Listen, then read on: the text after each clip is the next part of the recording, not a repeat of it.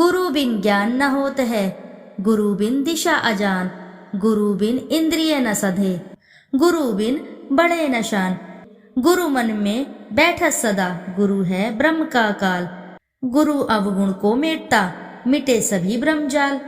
जय श्री हरि प्रिय भक्तगणों, स्वागत है आप सभी का आपके अपने चैनल ज्ञानार्थ में। आज के दिन आप रसपान करेंगे श्रोताओं गुरुवार की पावन व्रत कथा। गुरुवार व्रत करने से बृहस्पति देवता प्रसन्न होते हैं। यह व्रत अत्यंत ही फलदायी होता है। अग्नि पुराण के अनुसार अनुराधा नक्षत्र युक्त गुरुवार से आरंभ करके 7 गुरुवार व्रत करने से बृहस्पति ग्रह की हर पीड़ा से मुक्ति मिलती है। श्रोताओं, इस व्रत को समस्त नर नारी को अवश्य ही करना चाहिए मनवांछित फल की प्राप्ति के लिए। इस व्रत को जो साधक करता है सच्ची श्रद्धा के अनुसार, इस कथा का साथ ही रसपान करता है, उनके सभी मनोरथ शीघ्र ही पूर्ण होते हैं। ऐसे साधक भगवान श्री हरि विष्णु को अति प्रिय हैं। जो भी साधक सच्ची श्रद्धा के साथ लगन मग्न होके इस कथा का रसपान करता है, भगवान श्री हरि ऐसे साधक को अटल संपत्ति, तेजस्वी पुत्र और अखंड सौभाग्य का वरदान अवश्य ही प्रदान करते हैं। आइए श्रोताओं, रसपान करते हैं गुरुवार की पावन पवित्र व्रत कथा। प्राचीन समय की बात है, एक बड़ा प्रतापी तथा दानी राजा था। वह प्रत्येक गुरुवार को व्रत रखता था एवं पूजा करता था। यह उसकी रानी को अच्छा न लगता था। ना वह व्रत करती और ना ही किसी को एक पैसा में दान में देती थी। राजा को भी वह ऐसा करने से मना किया करती थी। एक समय की बात है कि राजा शिकार खेलने वन को चले गए। घर पर रानी और दासी थी। उस समय गुरु बृहस्पति साधु का रूप धारण करके राजा के दरवाजे पर भिक्षा मांगने आए।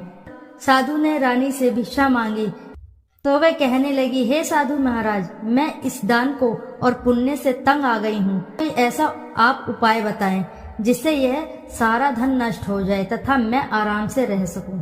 साधु रूपी बृहस्पति देव ने कहा, हे देवी, तुम बड़ी विचित्र हो। संतान और धन से भी कोई दुखी होता है।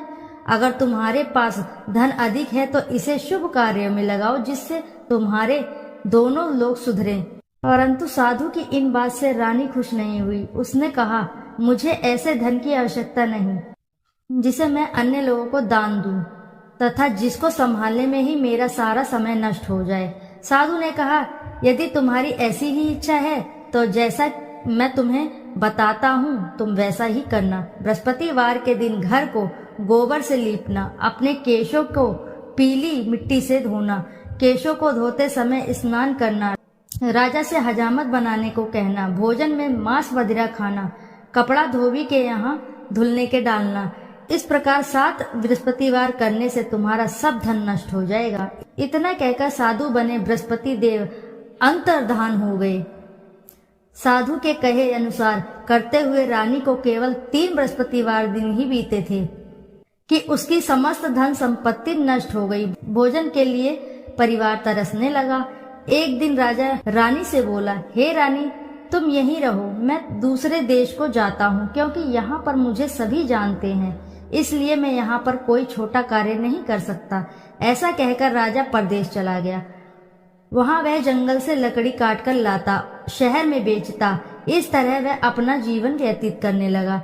इधर राजा के बिना रानी और दासी दुखी रहने लगी। एक समय जब रानी और दासियों को 7 दिन बिना भोजन के रहना पड़ा तो रानी ने अपनी दासी से कहा, हे दासी, पास ही के नगर में मेरी बहन रहती है, वह बड़ी धनवान है, तू उसके पास जा और कुछ ले आ ताकि थोड़ा बहुत गुजर बसर हो जाए। दासी रानी की बहन के पास गई।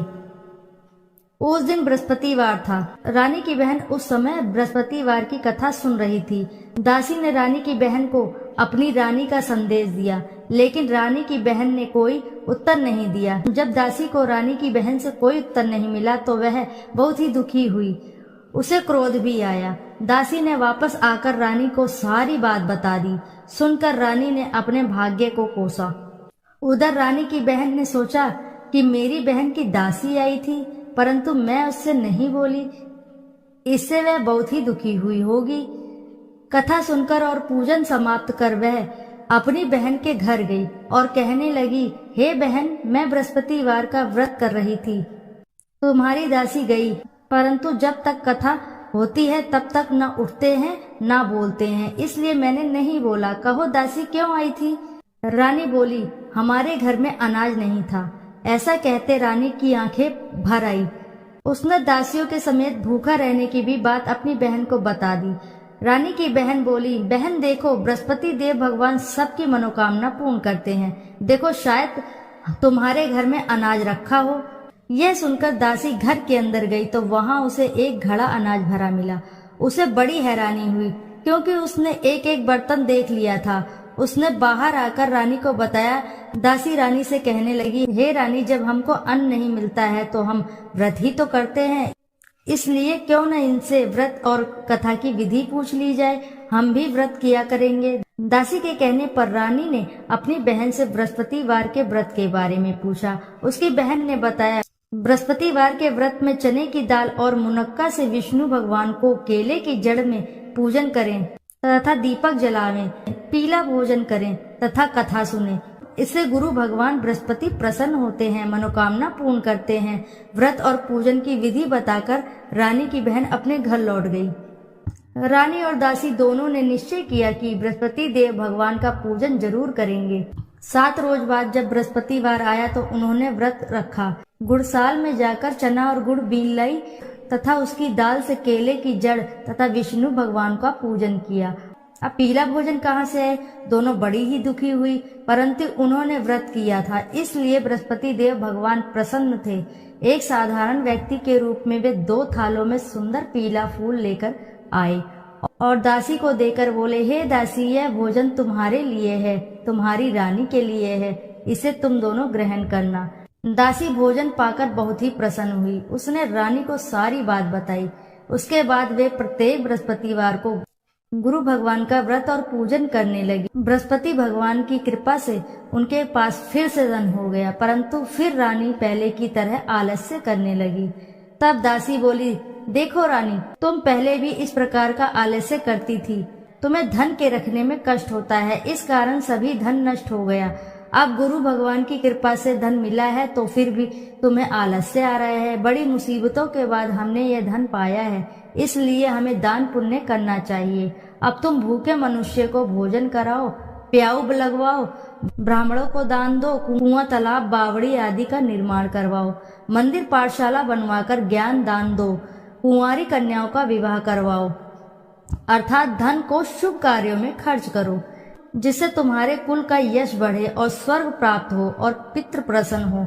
दासी की यह बात सुनकर रानी शुभ कर्म में लग गई। उसका यश फैलने लगा। एक दिन रानी और दासी आपस में विचार करने लगी कि ना जाने राजा किस दशा में होंगे। उनकी कोई खोज खबर भी नहीं मिली। उन्होंने श्रद्धा पूर्वक गुरु बृहस्पति भगवान से प्रार्थना की कि राजा जहाँ भी हों शीघ्र वापस आ जाएं। उधर राजा परदेश में बहुत दुखी रहने लगा। वह प्रतिदिन जंगल से लकड़ी बीन कर लाता और उसे शहर में बेचकर अपने दुखी जीवन को बड़ी कठिनता से व्यतीत करता। एक दिन दुखी हो अपनी पुरानी बातों को याद करके वह रोने लगा और उदास हो गया। उसी समय राजा के पास बृहस्पति देव साधु के वेश में आकर बोले, हे लकड़हारे, तुम इस सुनसान जंगल में किस चिंता में बैठे हो, मुझे बतलाओ। यह सुन राजा के नेत्रों में जल भर आया। साधु की वंदना कर राजा ने अपनी संपूर्ण कहानी सुना दी। महात्मा दयालु होते हैं। वे राजा से बोले, हे राजा, तुम्हारी पत्नी ने बृहस्पति देव के प्रति अपराध किया था, जिसके कारण तुम्हारी यह दशा हुई। अब तुम किसी प्रकार की चिंता मत करो, भगवान तुम्हें पहले से अधिक धन देंगे। देखो, तुम्हारी पत्नी ने बृहस्पतिवार का व्रत प्रारंभ कर दिया है। अब तुम भी बृहस्पतिवार का व्रत करके चने की दाल व गुड़ जल के लोटे में डालकर केले का पूजन करो। फिर कथा कहो या सुनो, भगवान तुम्हारी सब मनोकामनाओं को पूर्ण करेंगे। साधु की इस बात को सुनकर राजा बोला, हे प्रभु, लकड़ी बेचकर तो इतना पैसा भी नहीं बचता जिससे भोजन करने के उपरांत कुछ बचा सकूं। मैंने रात्रि में अपनी रानी को व्याकुल देखा। मेरे पास कोई साधन नहीं है जिससे इसका समाचार जान सकूं। फिर मैं बृहस्पति देव की क्या कहानी कहूँ, यह भी मुझको मालूम नहीं। साधु ने कहा, हे राजा, मन में बृहस्पति भगवान के पूजन व्रत का निश्चित करो, वे स्वयं तुम्हारे लिए कोई राह बना देंगे। बृहस्पतिवार के दिन तुम रोजाना की तरह लकड़ियां लेकर शहर में जाना। तुम्हें रोज से दुगना धन प्राप्त होगा, जिससे तुम भली भांति भोजन कर लोगे तथा बृहस्पति देव की पूजा का सामान भी आ जाएगा। जो तुमने बृहस्पतिवार की कहानी के बारे में पूछा है वह इस प्रकार है। प्राचीन काल में एक बहुत ही निर्धन ब्राह्मण था। उसके पास कोई संतान नहीं थी। वह नित्य ही पूजा पाठ करता। उसकी स्त्री न स्नान करती और न ही किसी देवता का पूजन करती। इस कारण ब्राह्मण देवता बहुत दुखी रहते थे। भगवान की कृपा से ब्राह्मण के यहाँ एक कन्या उत्पन्न हुई। कन्या बड़ी होने लगी। प्रातः स्नान करके वह भगवान विष्णु का जप करती, बृहस्पतिवार का व्रत भी करने लगी। पूजा पाठ समाप्त कर वह पाठशाला जाती तो अपनी मुट्ठी में जौ भर कर ले जाती और पाठशाला जाने के मार्ग में डालती जाती। लौटते समय वह जौ स्वर्ण के हो जाते तो उनको बीन कर घर ले आती।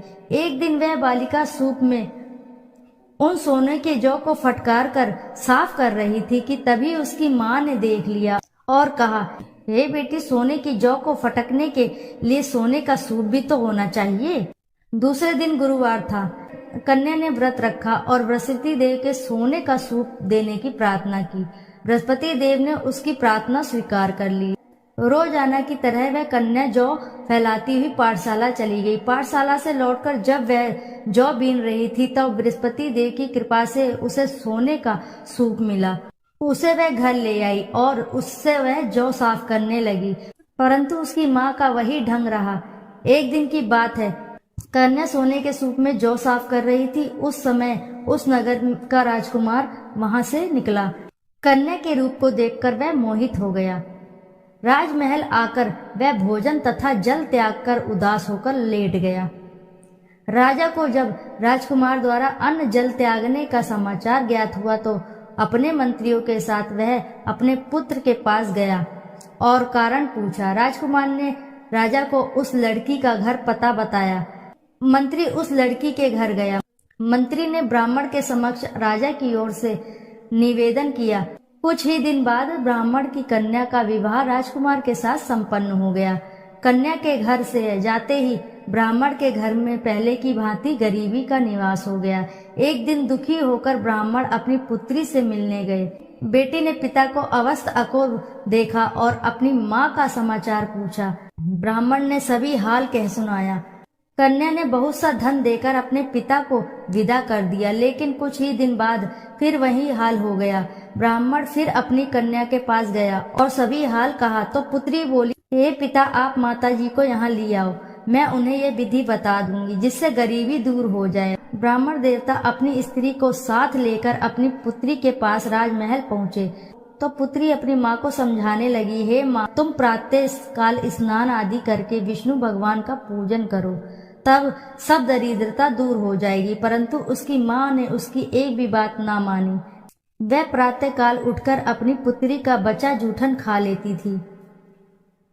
एक दिन उसकी पुत्री को बहुत गुस्सा आया। उसने अपनी माँ को एक कोठरी में बंद कर दिया।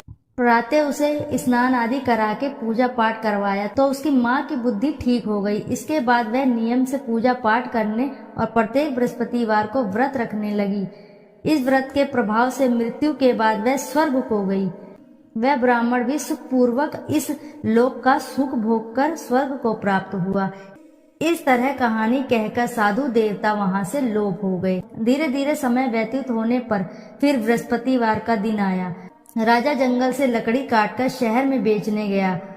उसे उस दिन और दिनों से अधिक धन मिला। राजा ने चने गुड़ आदि लाकर बृहस्पतिवार का व्रत किया। उस दिन उसके सभी क्लेश दूर हुए। परंतु जब अगले दिन गुरुवार का दिन आया तब बृहस्पतिवार का व्रत करना भूल गया। इस कारण बृहस्पति भगवान नाराज हो गए। उस दिन उस नगर के राजा ने विशाल यज्ञ का आयोजन किया था। अपने समस्त राज्य में घोषणा करवा दी थी कि सभी मेरे यहाँ भोजन करके आएंगे, किसी के घर चूल्हा नहीं जलेगा। इस आज्ञा को जो नहीं मानेगा उसको फांसी दे दी जाएगी। राजा के अनुसार राज्य के सभी वासी भोज में सम्मिलित हुए, लेकिन लकड़हारा कुछ देर में पहुंचा, इसीलिए राजा उसको अपने साथ महल में ले गए। राजा लकड़हारे को भोजन करा रहे थे तो रानी की दृष्टि उस खूंटी पर पड़ी जिस पर उसका हार लटका हुआ था। उसे हार खूंटी पर लटका दिखाई ही नहीं दिया।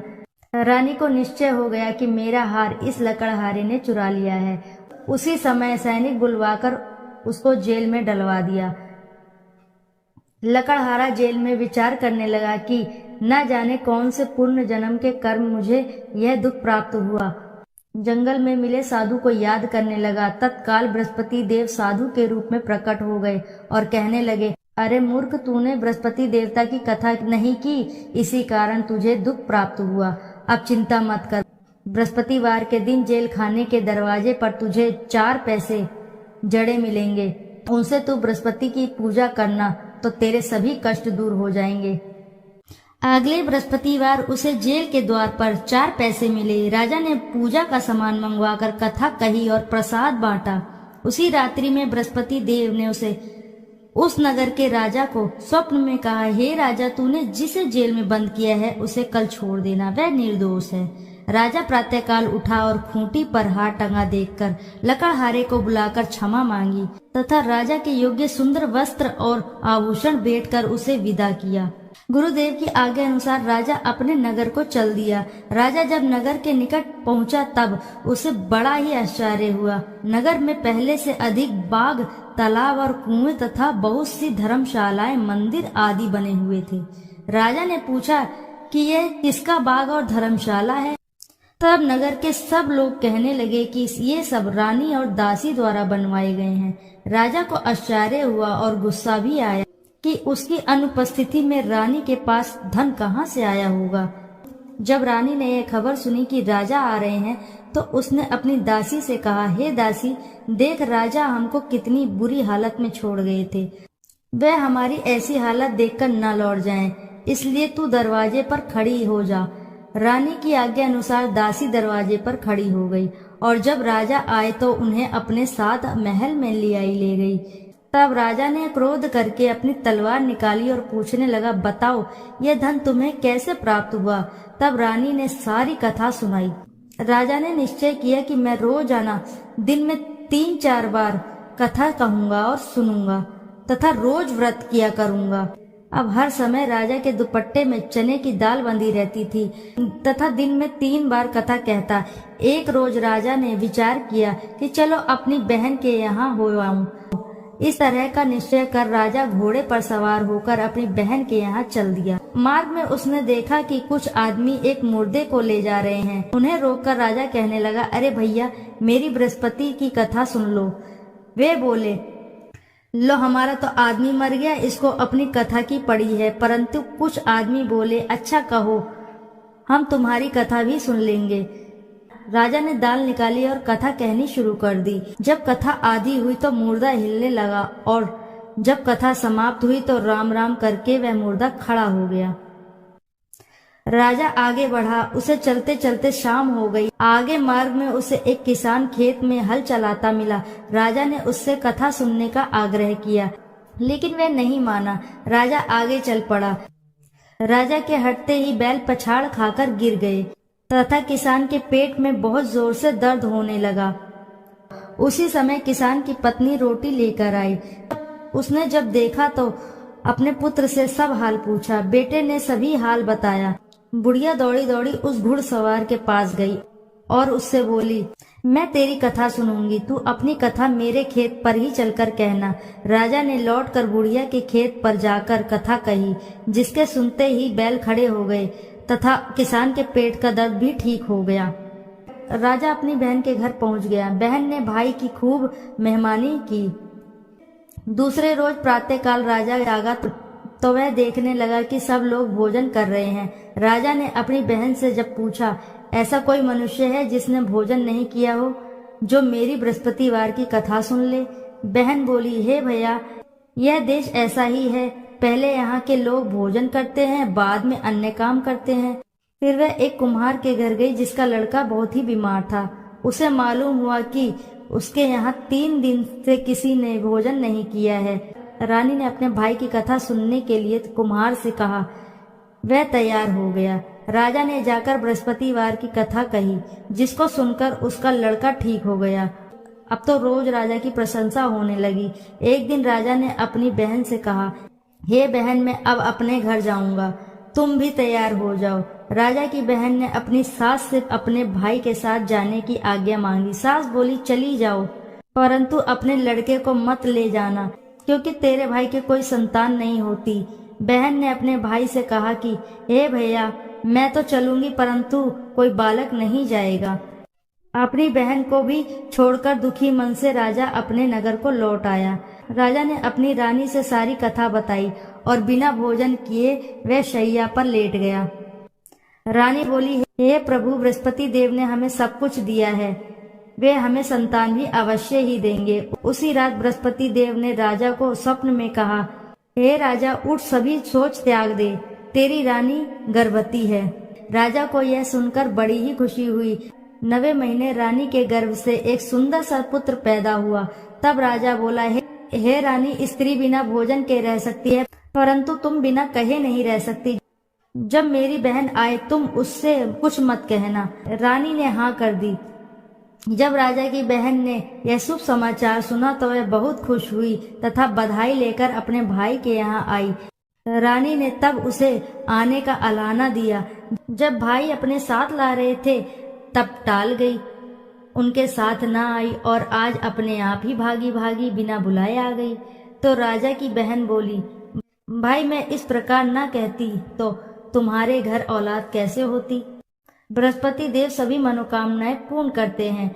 जो सद्भावना पूर्वक बृहस्पतिवार का व्रत करता है एवं कथा पढ़ता है अथवा सुनता है और दूसरों को सुनाता है, बृहस्पति देव उसकी सभी मनोकामनाएं पूर्ण करते हैं, उनकी सदैव रक्षा करते हैं। जो संसार में सद्भावना से गुरु का पूजन एवं व्रत सच्चे मन से और सच्चे हृदय से करते हैं, जैसे सच्ची भावना से रानी और राजा ने बृहस्पति देव की कथा का गुणगान किया तो उनकी सभी इच्छाएं बृहस्पति ने पूर्ण की। अनजाने में भी बृहस्पति देव की उपेक्षा ना करें, ऐसा करने से सुख शांति नष्ट हो जाती है। इसलिए सबको कथा सुनने के बाद प्रसाद लेकर जाना चाहिए। हृदय से उनका मनन करते हुए जयकारा बोलना चाहिए। इति श्री बृहस्पतिवार व्रत कथा। बोलो जय श्री हरि।